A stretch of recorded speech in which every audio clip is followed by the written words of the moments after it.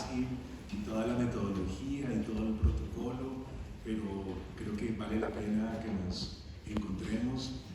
Vine a Pasto hace muchísimos años y prácticamente no recordaba nada. La ciudad ha cambiado mucho y para mí como escritor ya adulto, profesional, les agradezco si no me disparan el flash, gracias. Les agradezco mucho si no me disparan los flashes. Eso ya, si lo apagas te lo agradezco mucho. Entonces les estaba diciendo que creo que vale la pena encontrarnos y para mí los tuve durante muchísimo tiempo en la mira, en Filbo. Algunos de ustedes van a la Feria del Libro de Bogotá y siempre me decían, Mario, ¿cuándo vas a Pasto? ¿Cuándo vas a Pasto? Y por fin aquí estoy.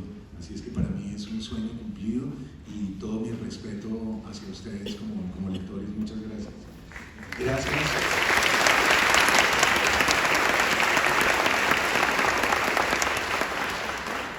Gracias a la Feria del Libro, por supuesto, que hace posible el encuentro y que también está detrás de toda la metodología que no es fácil. Bueno, voy a intentar algo, digamos, yo este libro lo presenté este año con otra dinámica diferente. Hoy voy a intentar algo que para mí es más difícil, pero vamos a ver si nos sale bien. Y es que voy a darles un panorama general de lo que se llama la modernidad, que se supone que es el marco en el cual está escrito Leer es Resistir.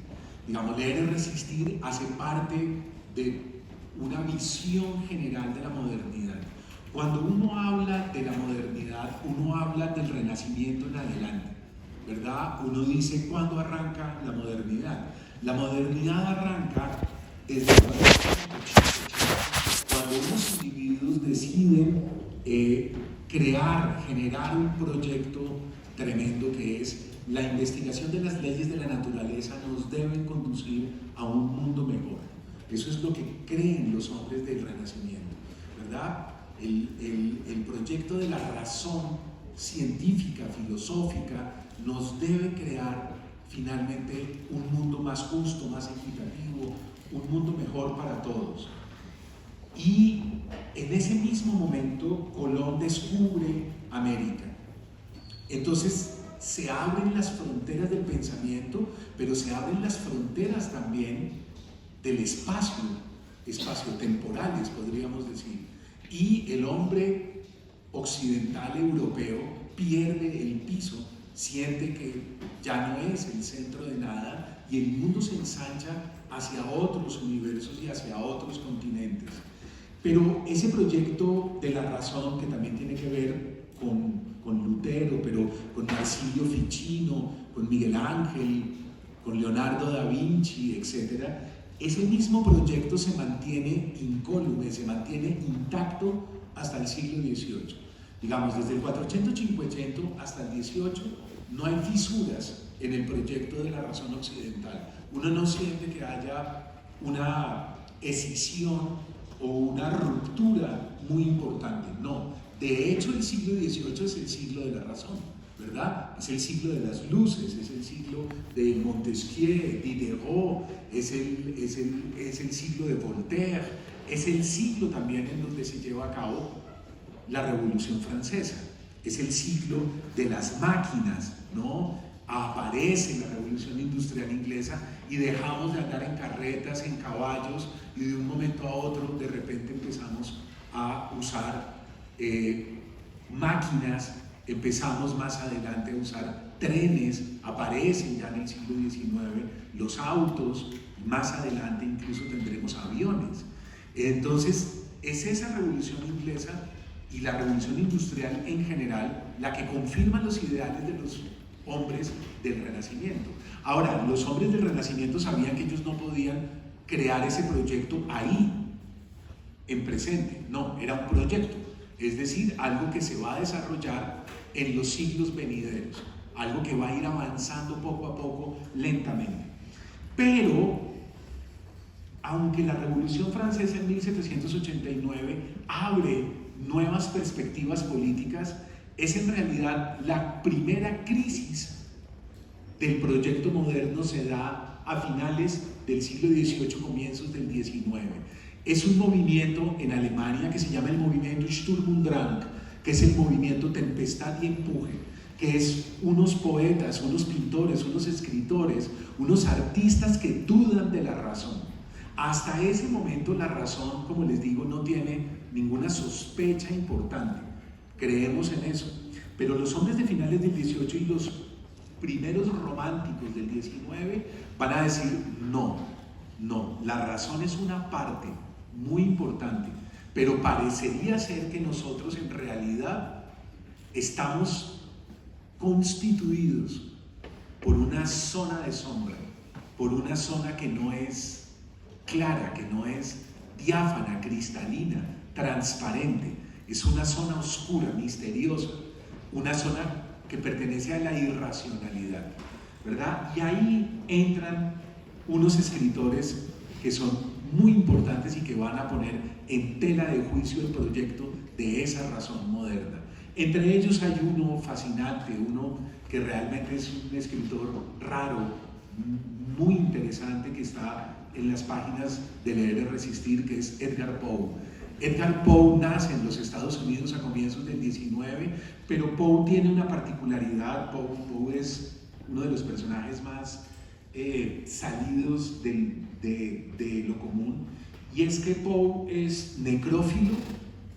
Poe se enamora de la madre de uno de sus condiscípulos, y al enamorarse de la madre de uno de sus condiscípulos, siendo chiquito, es un niño, realmente es un chico de 15, 16 años, pone el eros, el amor, muy lejos, pone la pasión muy distante, ¿verdad? Porque pues la madre de uno de sus condiscípulos es casi seguro que no se va a fijar en él. Y después resulta que esa mujer, que se llama Helen, crea una distancia mayor, porque Helen sufre de unos trastornos mentales y debe ser recluida a veces en un psiquiátrico. Entonces, no solo es una mujer mayor, sino es una mujer que está recluida a veces en un manicomio, y al final Helen muere. Entonces es muy extraño, porque la muerte es la máxima distancia que yo le pongo al otro. Me vuelvo realmente inalcanzable. Entonces es una suma muy rara, porque es poco a poco, lentamente, el objeto de deseo se va difuminando hasta que Poe, a los 16 años, ya lo vemos en el cementerio, yendo a visitar la tumba de Helen, y se invierte, el ego se vuelve Thanatos. Poe siente que el amor está ahora en la tumba. Él jura amarla para siempre, escribe sus primeros textos y sus primeros poemas, y vemos que hay una inversión mediante la cual Poe entra en el terreno de la muerte, del cual no saldrá nunca como escritor, jamás. Es una atracción todopoderosa, y de ahí en adelante la necrofilia va a ser una constante en Poe. Solo se excita con cadáveres. Le pagará incluso a los tipos que cuidan las morgues en los hospitales, les da algún dinero para que lo dejen entrar, y aunque sea rozar brevemente sus cuerpos, que le producen fascinación, que le producen una atracción irresistible, ¿no? Entonces fíjense que es un escritor muy raro. Prueba el láudano, que es un derivado del opio, y se vuelve adicto al láudano. Pero además es alcohólico, pero no alcohólico porque beba mucho, es alcohólico porque es hipersensible al alcohol. Cortázar, en un bello texto que tiene sobre Poe, nos cuenta que era hipersensible y que le bastaba una copa de vino para quedar completamente ebrio, pero nivelaba con el láudano, y el láudano le multiplicaba las facultades de atención. Entonces se movía entre el efecto del opio, el alcohol, y al mismo tiempo una pulsión necrofílica que lo atravesaba como escritor y como poeta. Increíble, un personaje que por eso tiene ese tono literario tan particular. Recuerdan, uno inmediatamente lee las primeras líneas de un cuento de Poe, es inolvidable. Esos personajes siempre se nos presentan como tipos trastornados, como unos tipos a los que les pasa algo. Ellos se confiesan desde la primera página y nos dicen a nosotros, mire, la historia que le voy a contar yo no sé si es verdad o no, no estoy seguro de mí, por aquel entonces la cordura me había abandonado, quizás lo que yo le cuente va a ser producto del delirio, pero ponga atención. Y ya está uno completamente atrapado, ¿verdad?, en esas páginas. Pero fíjense que aquí el misterio se ahonda, porque siendo necrofílico, Poe solo se siente atraído en realidad por su prima, que es Virginia Clem. Virginia Clem es una chiquita, es una niña, es una muchacha que vive en la misma casa en Boston, y su madre, María Clem, que es la tía de Poe, permite que estos dos marginales, solitarios, creen entre ellos un vínculo, y aparece una relación entre Poe y Virginia, que es una muchacha que no ha llegado ni siquiera a su primera menstruación, es una chica impúber, y ese amor se da por una razón, porque Virginia es cataléptica, es decir, Virginia se muere, le dan unos ataques, y los ataques parecidos a un ataque de epilepsia, de repente se paralizan las funciones, el corazón se paraliza y ella queda suspendida como en una muerte momentánea. Imagínense lo que significa un ataque de catalepsia para un necrofílico, ¿verdad? Es la historia de amor perfecta. Dentro de la literatura no hay una historia de amor similar a la de Poe con Virginia Clem. Y en esos momentos de la catalepsia es cuando Poe se siente profundamente enamorado, ¿verdad? Es cuando más la ama. Escribe sus mejores textos, Ligeia, Berenice, Los crímenes de la calle Morgue, todos los famosos cuentos de Poe, que son el origen del cuento moderno. Todos los cuentistas de los últimos 200 y pico de años, de alguna manera venimos de los cuentos de Poe. Esos relatos, hay uno en particular que yo les recomiendo mucho, que se llama Berenice. Berenice es un relato en donde un individuo está enamorado de su prima, que es cataléptica, y viven en un castillo. Evidentemente es un reflejo perfecto de la relación que tenía Poe con Virginia. Tiene un epígrafe, Berenice, que dice así: dice van mis odales, si sepulcrum amicae visitare, curas meas aliquantum fore levatas. Dicen mis amigos los soldados que si yo visito el sepulcro de mi amada, todas mis penas me serán sanadas. Es el típico epígrafe de un necrofílico, ¿verdad? De un escritor muy atormentado con el eros y con la muerte. Pero se le debe a Poe también el primer inspector de policía de la historia de la literatura.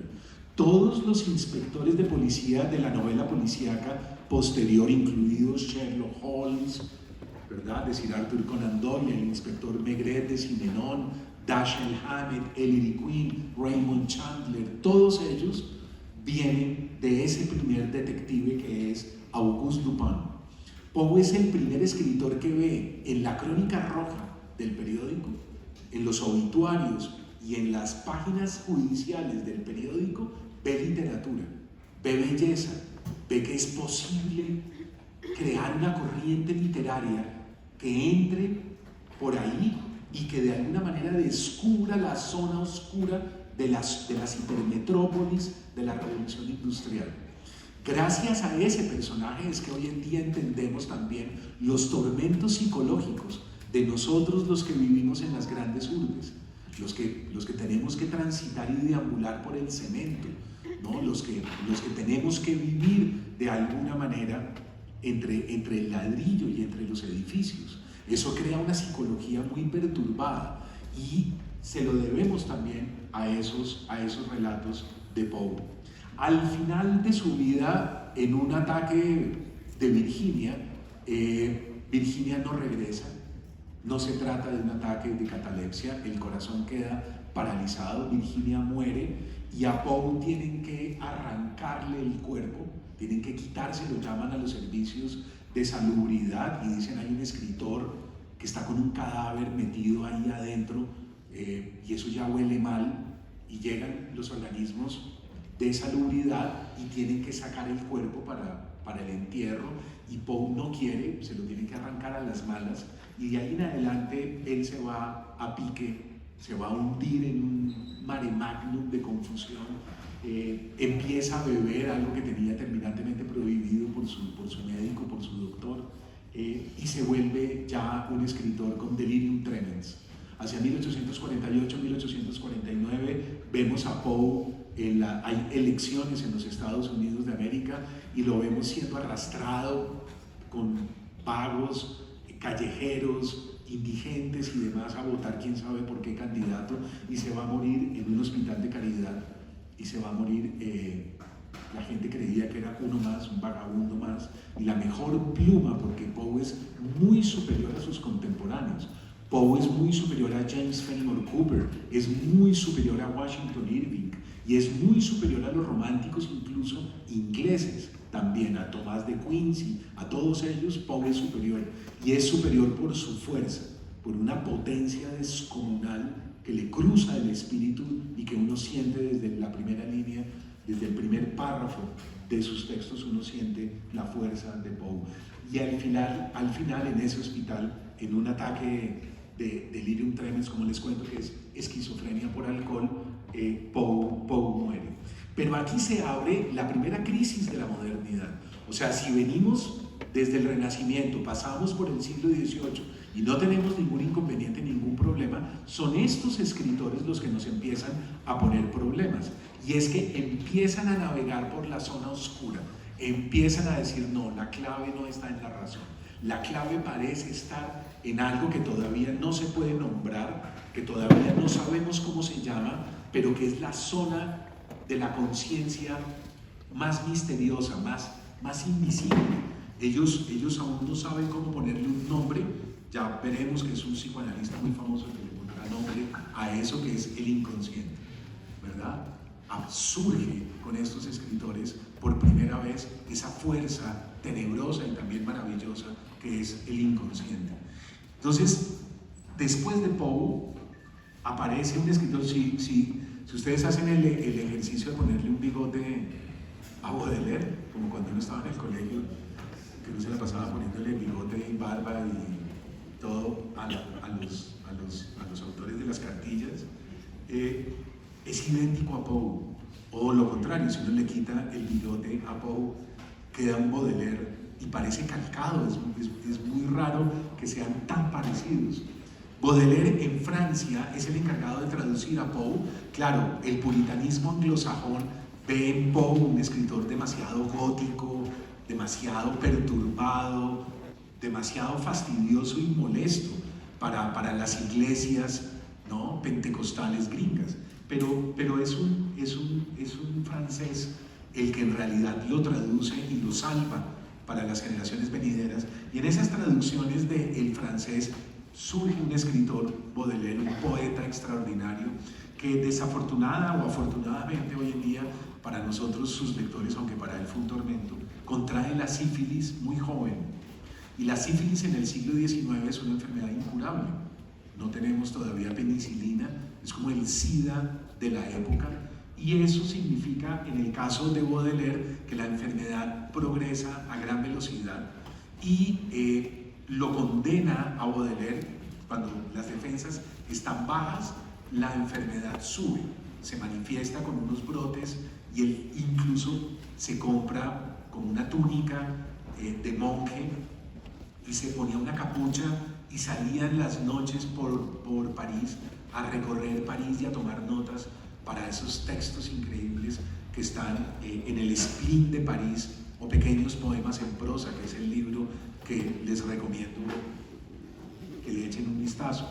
Pero la enfermedad avanza, y la enfermedad avanza hasta llegar al cerebro, y en el cerebro se crean lo que se llama gomas sifilíticas, que son grandes condensaciones del virus dentro del cerebro. Baudelaire un día se cae incluso del asiento y siente que el estudio, el escritorio van y vienen, y dice: en mi corazón al desnudo, dice Baudelaire, hoy he sentido pasar sobre mí el viento del ala de la imbecilidad.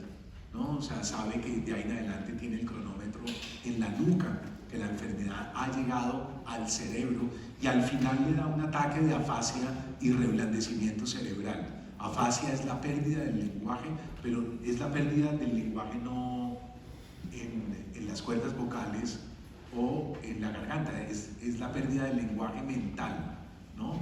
El cerebro no sabe cómo se llama el mundo. ¿Se acuerdan que en 100 años de soledad hay un ataque de afasia? En Macondo la gente se le olvida cómo se llaman las cosas. Entonces ponen letreros. Esto es una vaca, es un animal, hay que ordeñarlo. Sale una cosa que se llama leche, después toca tomarse eso.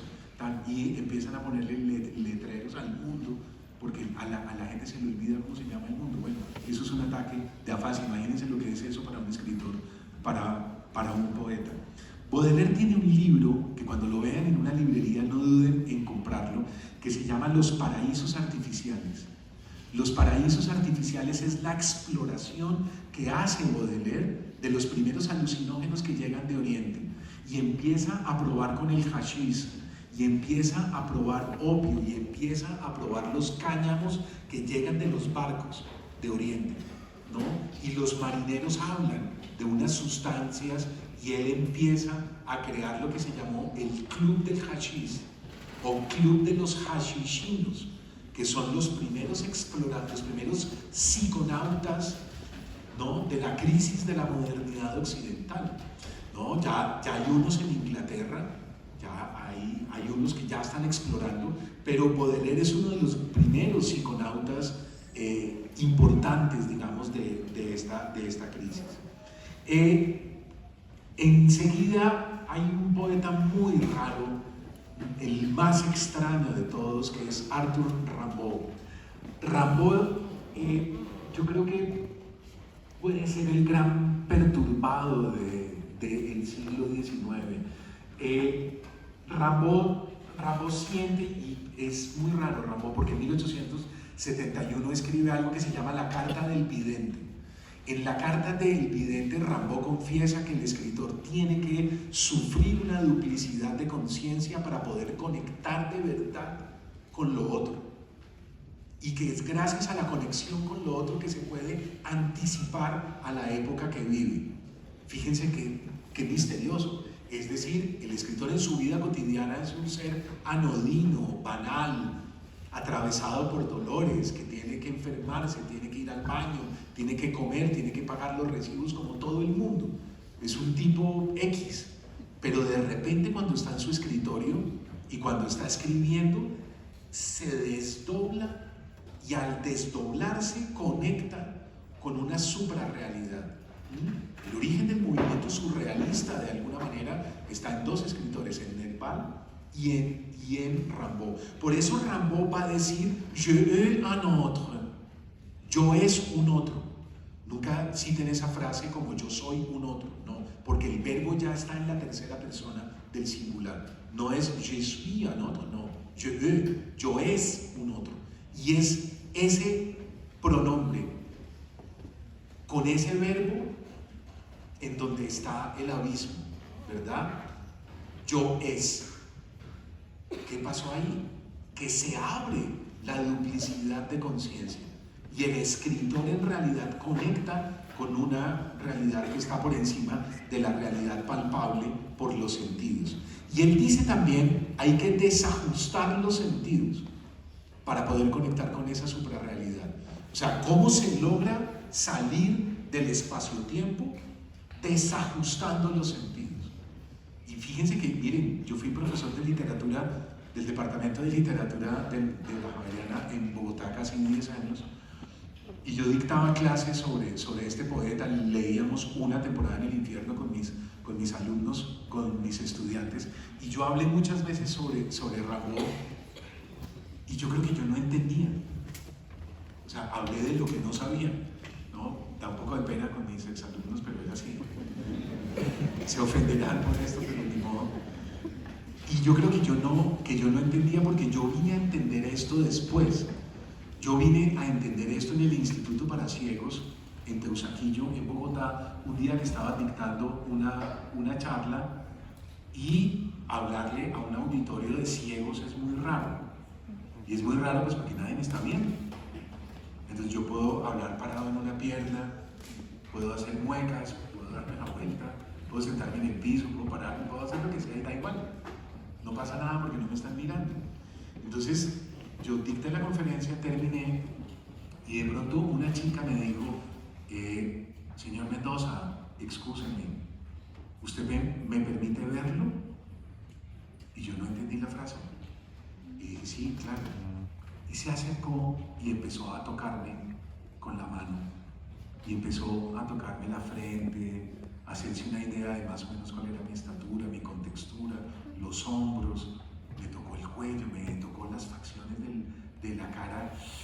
Y es impresionante. O sea, ningunos ojos me han visto tanto como las yemas de esos dedos, ¿verdad? Nadie me había observado tanto y me observó siendo ciega.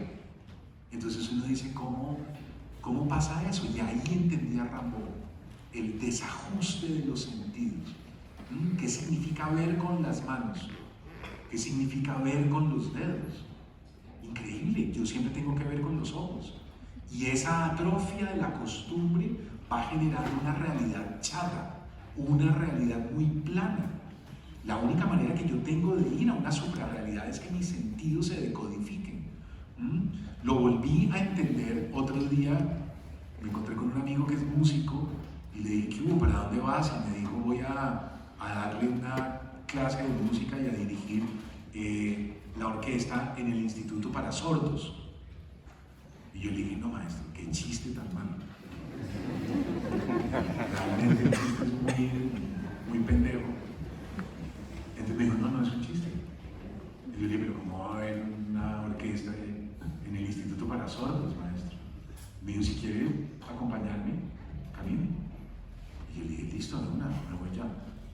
Y me fui con él. Y es impresionante. Una clase de música en un instituto para sordos es una de mis grandes experiencias como escritor. Y los chicos están tocando y de repente dicen entre ellos, no, espérate, para.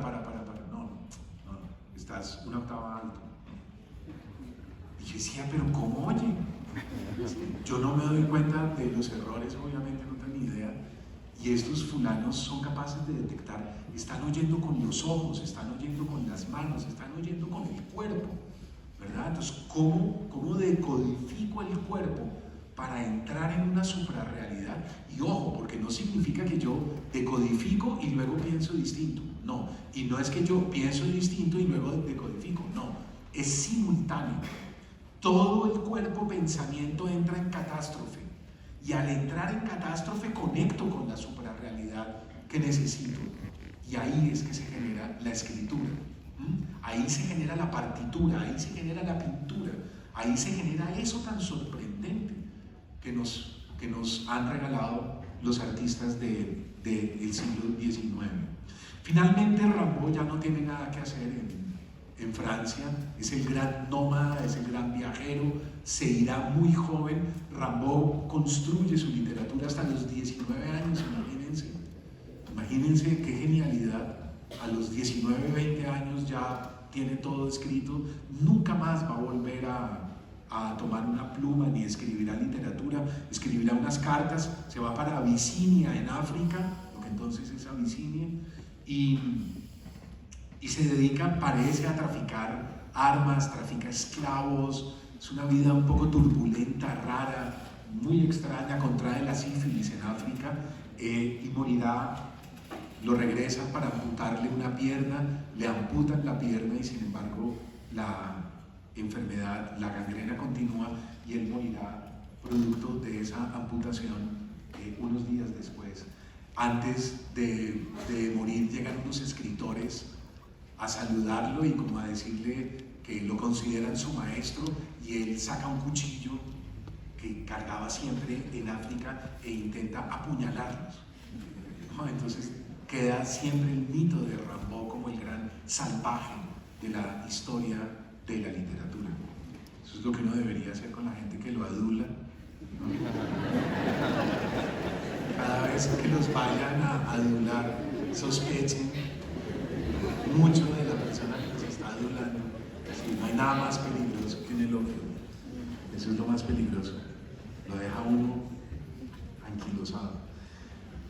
Viene ahí conectado con ellos, con Poe, con Rimbaud, con Baudelaire, va Gerard de Nerval, un escritor muy raro que termina recluido muy rápido en el psiquiátrico de París.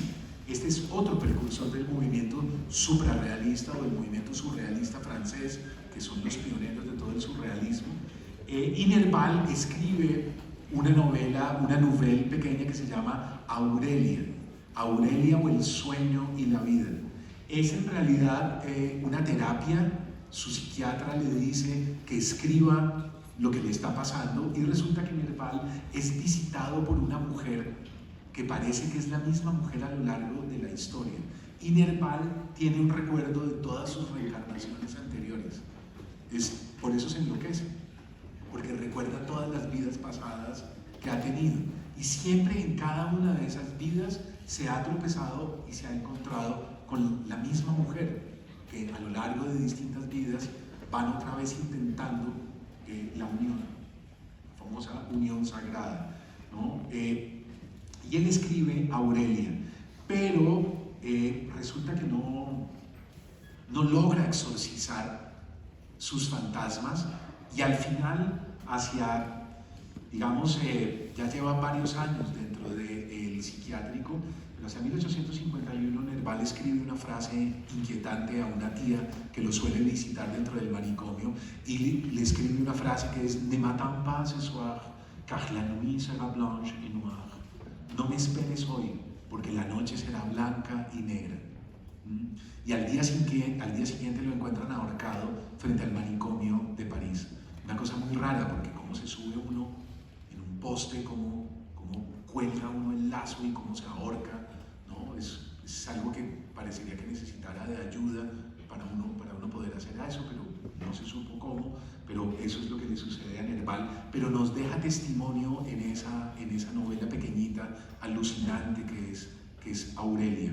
Estos escritores, fíjense, son los primeros que nos dicen que la razón no es la clave, ¿no? Es la primera crisis de la modernidad occidental.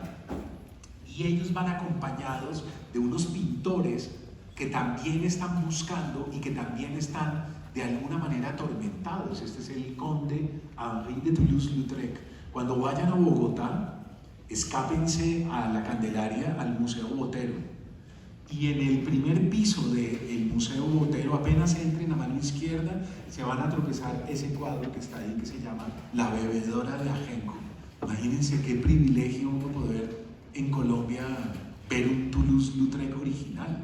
Es un privilegio increíble. Ahí hay Picassos, ahí hay Miró, hay de todo lo que ustedes se puedan imaginar en esa sala. Hay unos impresionistas, entre ellos Lautrec. Lautrec, como pueden ver en la fotografía, era enano, contrahecho, había sufrido un accidente de niño y las piernas no le crecieron, y fue la razón por la cual se pasó toda su vida metido en Le Moulin Rouge, en la zona roja de París, con las prostitutas, las cabareteras, las bailarinas, ¿no? de esos sitios, de esos cabarets, y las pintó y las inmortalizó de alguna manera en los pósters, y él es el padre también del afiche, del póster moderno. Pero hay algo raro en Lautrec, que se va volviendo alcohólico. En ese bastón que ven ahí, en esa foto, era un bastón que uno podía desenroscar y todo el bastón estaba lleno de alcohol y se bebía el bastón literalmente. Entonces al final también le dará delirium tremens, va a empezar a ver cosas raras y extrañas, pero en la pintura de Lautrec ustedes van a sentir que hay un temblor raro en este pintor, y que de alguna manera conecta con el siguiente, que es Van Gogh, ¿no? Van Gogh también va a pasar buena parte de su vida en psiquiátricos. Él entendía las reclusiones en los psiquiátricos como si fueran residencias artísticas, ¿no? O sea, lo recluían y a él no le parecía tan mal, y era como una residencia artística para irse a pintar y ya. El retrato que ven a mano izquierda es el retrato todavía con la oreja, Pero recuerden que él se va él sueña con que los artistas, que son personas con cierta sensibilidad especial, se vayan a vivir a una misma casa y construye lo que se llama el sueño de la casa amarilla.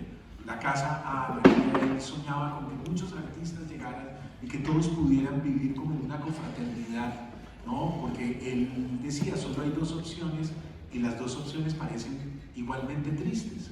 Una es casarnos y pues no nos interesa casarnos, entonces pues, no queremos, o sea, los que no queremos, ¿qué hacemos? Y la otra es no casarnos, quedarnos solos, y quedarnos solos también es horrible. Y al día de hoy parecería que seguimos en el mismo dilema, en que solo hay dos opciones, o casarse o quedarse solo, y las dos son terribles, ¿no? Claro, si se ríen es por algo. Los que están aquí casados saben de qué estoy hablando, ¿no? Y los que están solteros también. Claro, las dos son horribles. Entonces él dice, ¿por qué no nos robamos de las órdenes monásticas? Porque las órdenes monásticas logran vivir en comunidades, pero ni están casados, ni se quedan solos. Viven con otros y crean monasterios.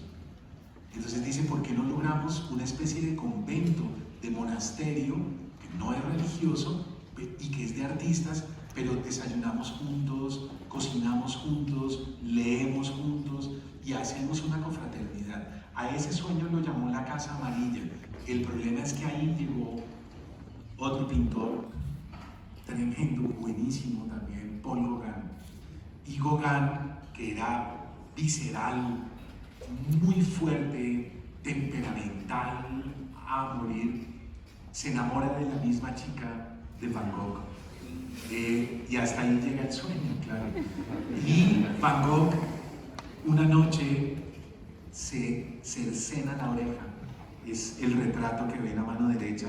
En ese retrato, a mano derecha, afeitado, sin barba, ya tiene la mutilación de la oreja. Él lo que hace es que se cercena la oreja, la mete dentro de un trapo, dentro de una especie como de lino muy fino, y se lo lleva a esta chica y le dice, tú no entendiste nada, esta es la prueba de que yo realmente te amaba, lo mío era otra cosa, y te acostaste con Gauguin. Y le deja la oreja como una ofrenda, y a partir de ahí Van Gogh va a empezar a trastornarse, va a empezar a perturbarse cada vez más, y al final entrará a los trigales. ¿Se acuerdan esos últimos cuadros tan bellos? Antes de que se suicide, él se pega un balazo en el corazón, en la mitad de los trigales, y primero los pinta, y es lo que se llaman de lo óptico a lo áptico, ¿no? Es una pintura que va del ojo, y cuando ya estoy metido en el objeto ya no puedo verlo. O sea, yo para tener el objeto necesito distancia con el objeto, pero si estoy muy cerca del objeto no lo puedo ver. Entonces, ¿cómo se pinta? ¿Cómo se pinta lo que no se puede ver? A través de lo áptico. Lo áptico es táctil, olorífico. Se entrenan otros sentidos, entonces huele a trigal. Extiendo las manos y toco esos trigales, y eso es lo que llevo a la pintura. Fíjense que esos trigales están pintados con ese temblor que les digo que también tiene la pintura de Lautrec, y ahí se pega un balazo, eso se pega un tiro entre los trigales. Pero por la Casa Amarilla va a pasar Gauguin. Gauguin, que es increíble, de una fuerza. Gauguin es el nieto de Flora Tristán, la gran feminista peruana del siglo XIX, una mujer inolvidable. Miren la biografía y miren las ideas de Flora Tristán. Por eso pasa su primera temporada de niño, la pasa en Perú, y siempre va a tener un recuerdo del mundo indígena, y siempre va a tener un recuerdo del quechua, y siempre va a tener una nostalgia profunda de Sudamérica. Gauguin, cuando miren esos cuadros con unos colores esplendorosos, hay un momento en el que Gauguin ya no soporta más Francia ya no soporta más los museos, los cafés ni los cabarets, y decide largarse y se va a vivir a las islas de los mares del sur. Esa foto ya es